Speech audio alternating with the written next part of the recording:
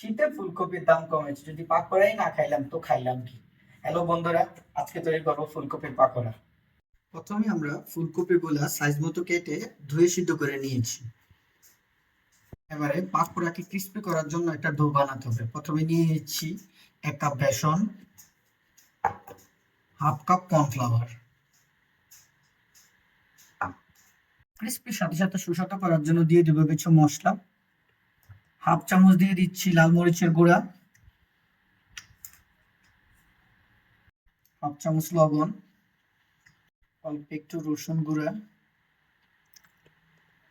অল্প একটু আদা গুঁড়া, দিয়ে দিচ্ছি 1 টিস্পুন ভাজা জিরা। পানি দিয়ে ব্যাটারটাকে ঘন করে গুলে নিতে হবে।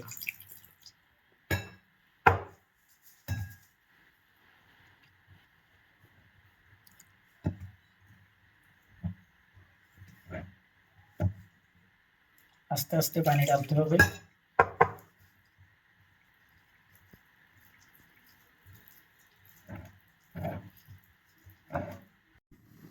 সিদ্ধ কপিগুলা ভালো করে ব্যাটার লাগিয়ে গরম গরম তেলে ছেড়ে দিতে হবে।